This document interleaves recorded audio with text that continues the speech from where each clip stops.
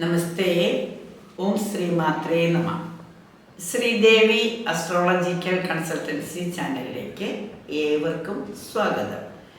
2024 November 21 അതായത് കൊല്ലവർഷം 1200 തുലാമാസം 6 കൃഷ്ണപക്ഷ ഷഷ്ടിയും അതുപോലെ തന്നെ മുപ്പട്ട് വ്യാഴാഴ്ച കൃഷ്ണപക്ഷ ഷഷ്ടി.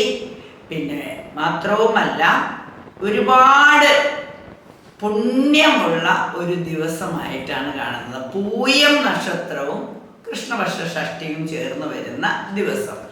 ഈ ദിവസത്തിൻ്റെ ഉദയം എന്ന് പറയുന്നത് 6:25 AM അസ്തമനം 5:56 PM രാഹുകാലം 1:37 PM മുതൽ 3:03 PM വരെയും ഗുളികകാലം 9:18 AM മുതൽ 10:44 AM വരെയും യമഘട്ടകാലം 6:25 AM മുതൽ 7:51 AM വരെയും അഭിജിത്ത് മുഹൂർത്തം 11:46 AM മുതൽ 12:08 PM വരെയും 12:12 PM മുതൽ 12:34 PM വരെയുമാണ്. ഈ ദിവസത്തിൻ്റെ പ്രാധാന്യം, ഈ ദിവസം നമുക്കറിയാം മുപ്പട്ട് വ്യാഴാഴ്ച, അതായത് മാസത്തിലെ മലയാള മാസത്തിലെ ആദ്യത്തെ വ്യാഴാഴ്ച സന്താനങ്ങൾക്ക് വേണ്ടിയിട്ട് ഏറ്റവും അധികം പ്രാർത്ഥിക്കേണ്ട ദിവസം. സന്താന ലബ്ധിക്കായിട്ട് പ്രാർത്ഥിക്കാവുന്ന, അതും പ്രത്യേകിച്ചും മണ്ഡലകാലം ഏറ്റവും അധികം വ്രതശുദ്ധിയുള്ള ഈ മാസം സന്താന ഗോപാല മന്ത്രം ജപിച്ചുകൊണ്ട് ദമ്പതികൾ പ്രാർത്ഥനയോടുകൂടി ഈ ഒരു പുണ്യത്തിൽ നമ്മൾ പ്രാർത്ഥിക്കുമ്പോൾ അവർക്ക് സന്താന യോഗം ഉണ്ടാകും. സന്തതി സൗഭാഗ്യത്തോടുകൂടി ജീവിക്കുന്നതിന്, ഇനി സന്തതികൾ ഉള്ളവർക്ക്, കുട്ടികൾ ഇല്ലാത്തവർക്ക് കുട്ടികൾ ഉണ്ടാകുന്നതിനുള്ള ഒരു യോഗമുള്ള ദിവസമാണ്.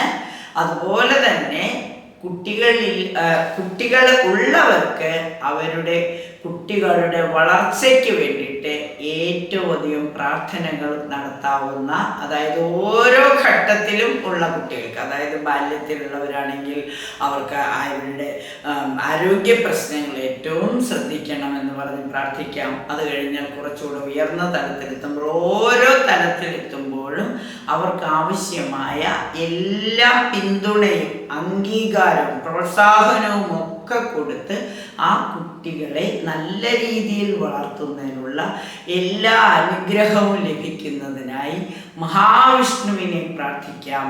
അതുപോലെ തന്നെ നമ്മൾക്ക് പൂയം നക്ഷത്രമായതുകൊണ്ട് ആണ്ടവനെ പ്രാർത്ഥിക്കാം. ഷഷ്ടിതിഥി ആയതുകൊണ്ടും ആണ്ടവനെ പ്രാർത്ഥിക്കാം. അപ്പോൾ പൊതുവെ നമുക്ക് സുബ്രഹ്മണ്യ സ്വാമി ക്ഷേത്രങ്ങളിൽ പാലഭിഷേകം കഴിക്കാം.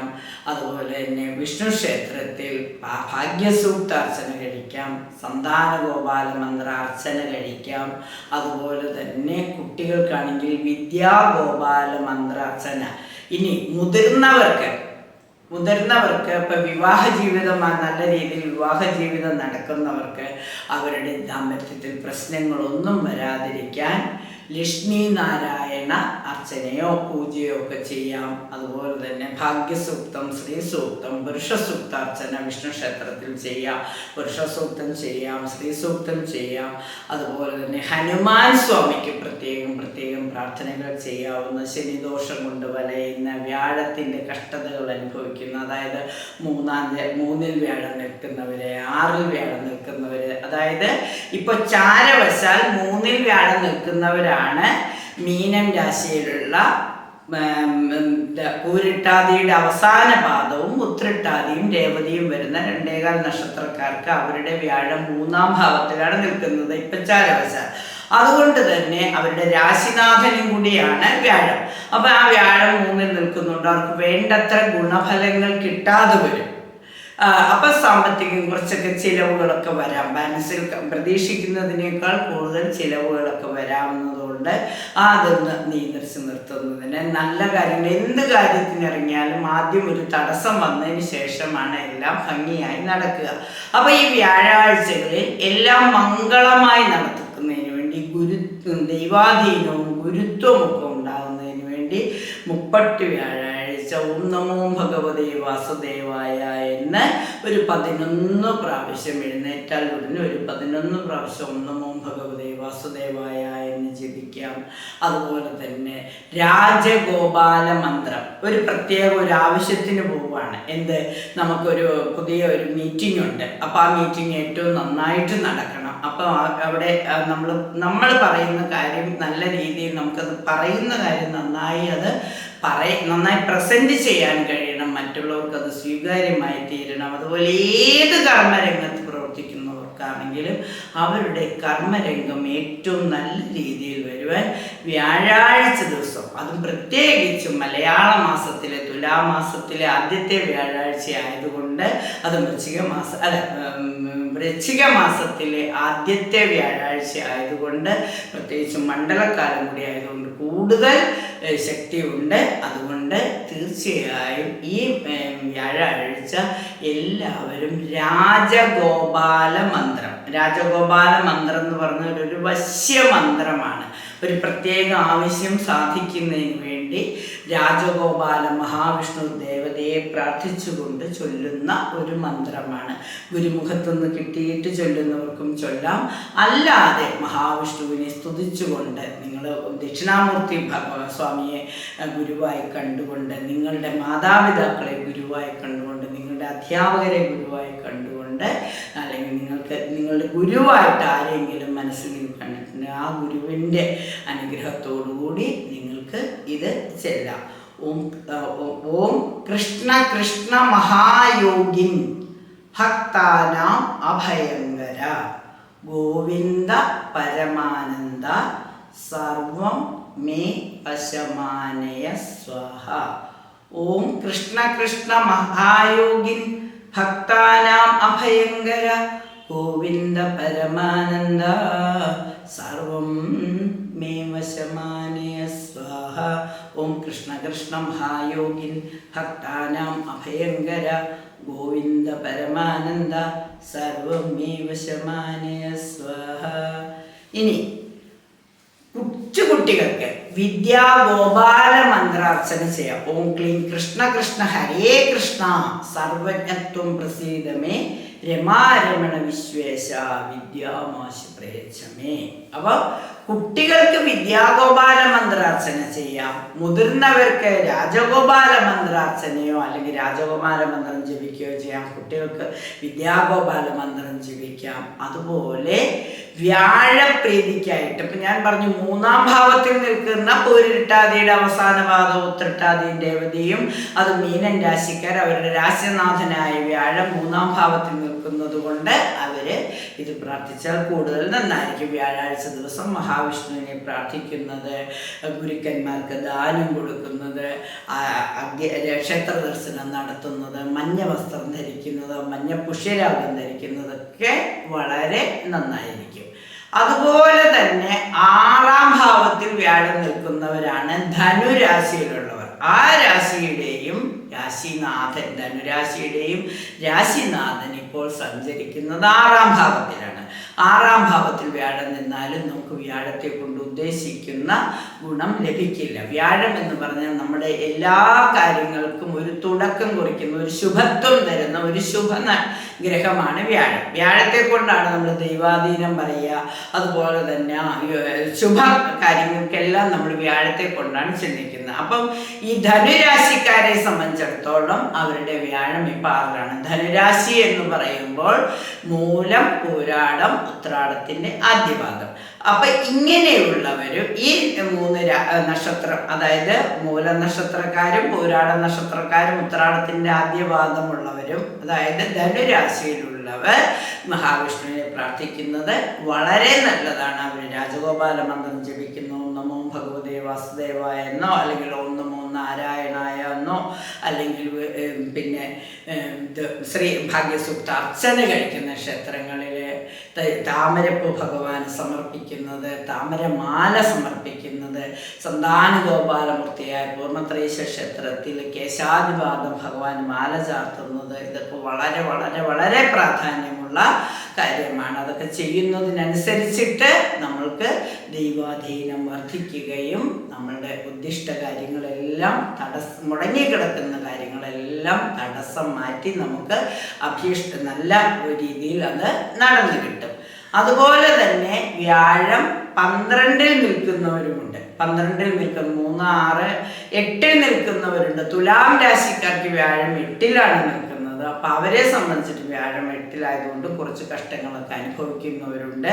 അപ്പം അവരുടെ ഇത് വെച്ചിട്ട് നോക്കുമ്പോഴേക്കും തുലാരാശി എന്ന് പറയുമ്പോൾ ചിത്തിരയുടെ അവസാന 2 പാദവും ചോതിയും വിശാഖത്തിൻ്റെ ആദ്യം 3 പാദവും വരുന്ന അവരുടെ തുലാം രാശിക്കാർക്കും വ്യാഴത്തിന് വേണ്ടിയിട്ട് പ്രത്യേക പ്രാർത്ഥനകൾ ചെയ്യുന്നത്. വ്യാഴാഴ്ചയാണ് മഞ്ഞ വസ്ത്രം ധരിക്കുക, ഒന്നുമോ ഭഗവതേ വാസുദേവായ ജപിക്കുക, ഒന്നുമോ നാരായണ ജപിക്കുക, രാജഗോപാല മന്ത്രം ജപിക്കുക, അതുപോലെ തന്നെ വിദ്യാഗോപാല മന്ത്രം ജപിക്കുക, ഉപവസിക്കുക, വ്യാഴാഴ്ച ഒരു നേരം അരിയാഹാരം കഴിച്ചുകൊണ്ട് വ്യാഴാഴ്ച വ്രതങ്ങൾ എടുക്കുക, വിഷ്ണു ക്ഷേത്ര ദർശനം നടത്തുന്നതൊക്കെ, ഭാഗ്യസൂക്ത അർച്ചന നടത്തുന്നത്, ലക്ഷ്മി നാരായണ പൂജയിൽ പങ്കെടുക്കുന്നതൊക്കെ വളരെ നന്നായിരിക്കും.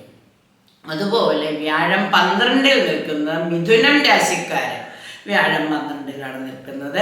അവർക്ക് വരവിനേക്കാൾ ചെലവ് കൂടുതലാണ്. ദൈവാധീനം അല്പം കുറഞ്ഞു നിൽക്കുന്ന ഇവരും അതുപോലെ മകീരത്തിൻ്റെ അവസാന 2 പാദവും തിരുവാതിരയും പുണർദത്തിൻ്റെ ആദ്യ 3 പാദവും വരുന്ന 2 നക്ഷത്രക്കാർക്കും ദൈവാധീനം വർദ്ധിപ്പിക്കുന്നതിന് വേണ്ടി, വരവിനേക്കാൾ ചിലവ് കുറവായി നിൽക്കുന്ന സാഹചര്യത്തിൽ വരവ് വർദ്ധിക്കുന്നതിന് വേണ്ടി, സൗഭാഗ്യങ്ങൾ വന്നു ചേരുന്നതിന് വേണ്ടി വ്യാഴാഴ്ച ദിവസം, അതായത് 21-ാം തീയതി വൃശ്ചിക മാസത്തിലെ ആദ്യത്തെ വ്യാഴാഴ്ച ഓം നമോ ഭഗവതേ വാസുദേവായ 108 പ്രാവശ്യം ജപിക്കുക, അല്ലെങ്കിൽ 11 പ്രാവശ്യമെങ്കിലും ജപിക്കുക. ശ്രീരാമസ്വാമിയെ പ്രാർത്ഥിക്കുക, ശ്രീരാമസ്വാമിക്ക് ശ്രീസൂക്താർച്ചന കഴിക്കുക, ആഞ്ജനേയ സ്വാമിയെ ശ്രീരാമജയം എഴുതുക, ഓം നമോ നാരായണായ എന്ന് പ്രാർത്ഥിക്കുക. ഇതൊക്കെ ചെയ്യുമ്പോൾ അവരുടെയും വ്യാഴത്തിൻ്റെ ആ ഒരു കുറവ് ഉണ്ടെങ്കിൽ അത് മാറിക്കിട്ടും. പിന്നെ പൂയം നക്ഷത്രമാണ് നാളെ. അപ്പം അതുകൊണ്ട് തന്നെ 2024 നവംബർ 21 എന്ന് പറയുന്നത് പൂയം നക്ഷത്രം ആയതുകൊണ്ട് സുബ്രഹ്മണ്യ സ്വാമിയെ കൂടി പ്രാർത്ഥിക്കുമ്പോൾ കൂടുതൽ ഗുണഫലങ്ങൾ വർദ്ധിക്കും. അപ്പം തീർച്ചയായും ഈ ഷഷ്ടി വ്രതം എടുക്കേണ്ട ആവശ്യമില്ല. കാരണം നമ്മൾ സാധാരണ ഷഷ്ടി വ്രതം എടുക്കുന്നത് ശുക്ലപക്ഷ ഷഷ്ടി നാളിലാണ്. ഇതിപ്പോൾ കൃഷ്ണപക്ഷ ഷഷ്ടിയാണ്, കർത്തവാവ് കഴിഞ്ഞ് വരുന്ന ഷഷ്ടി വ്രതമാണ് നമ്മൾ വ്രതമായിട്ട് എടുക്കുന്നത്. ഇപ്പം സ്കന്ദഷഷ്ടി എടുത്ത് കഴിഞ്ഞതേ ഉള്ളൂ. അപ്പോൾ അതുകൊണ്ട് വൃശ്ചികമാസത്തിൽ ശുക്ലപക്ഷ ഷഷ്ടി വരുന്നതേ ഉള്ളൂ. അപ്പം ഈ 21-ാം തീയതി വ്യാഴാഴ്ച എല്ലാവരും മഹാവിഷ്ണുവിനെ പ്രാർത്ഥിക്കുകയും കഴിയുന്നവരും മഞ്ഞ വസ്ത്രം ധരിക്കുകയും മഞ്ഞപ്പുഷിരാഗമുള്ളവർ അതൊക്കെ ഒന്ന് പാലിലൊക്കെ ഇട്ട് ഒന്ന് ശുദ്ധി ചെയ്തെടുത്തതിന് ശേഷം ഇടുന്നതും വ്യാഴഹോരയിൽ ഇടുന്നതൊക്കെ വളരെ നല്ലതാണ്. സന്താനങ്ങളുടെ എല്ലാ ഉയർച്ചയ്ക്ക് വേണ്ടിയിട്ട് രക്ഷിതാക്കൾക്ക് പ്രാർത്ഥിക്കാവുന്ന ദിവസമാണ്. വിവാഹം നടക്കാത്തവർക്ക് ലക്ഷ്മി നാരായണ അർച്ചന പ്രാർത്ഥന ചെയ്യാം. എല്ലാത്തിനും പറ്റിയ എല്ലാ സന്തതി സൗഭാഗ്യത്തിനു വേണ്ടി, കുട്ടികളുടെ നമ്മളുടെ ആരോഗ്യത്തിനു വേണ്ടി ധന്വന്തരിമൂർത്തിയെ പ്രാർത്ഥിക്കുന്ന മരത്തൂർവട്ടം ധന്വന്തര സ്വാമിമൂർത്തി ക്ഷേത്രത്തിലൊക്കെ വളരെ വിശേഷമാണ്. കാലുവേദന കൊണ്ട് വാദം കൊണ്ടൊക്കെ കഷ്ടപ്പെടുന്ന ഗുരുവായൂർ വളരെ പ്രാധാന്യമുള്ള ദിവസമാണ്. അപ്പം തീർച്ചയായും കഴിയുന്നവരെല്ലാം വ്യാഴാഴ്ച ദിവസം ദക്ഷിണ ക്ഷേത്ര ദർശനം നടത്തി 27 നക്ഷത്രക്കാർക്കും ഒരു വർഷത്തെ, അതായത് അവരുടെ വ്യാഴത്തിൻ്റെ, അതായത് 14/5/2025 വ്യാഴം മാറുന്നത്. അതുവരെ വ്യാഴത്തിൻ്റെതായ വ്യാഴദശയിലുള്ളവർ, വ്യാഴത്തിൻ്റെ അപഹാരങ്ങളിലുള്ളവർ എല്ലാവരും ദൈവാധീനം വരുത്തുന്നതിനായി വ്യാഴാഴ്ചകളിൽ പ്രാർത്ഥനകൾ ചെയ്യുന്നത്. ഓം നമോ ഭഗവതേ വാസുദേവായ എന്ന് പ്രാർത്ഥിക്കുന്നത് ഒരുപാട് ഗുണം ചെയ്യും. എല്ലാവർക്കും എല്ലാ നന്മകളും വന്നു ചേരട്ടെ. നന്ദി, നമസ്കാരം.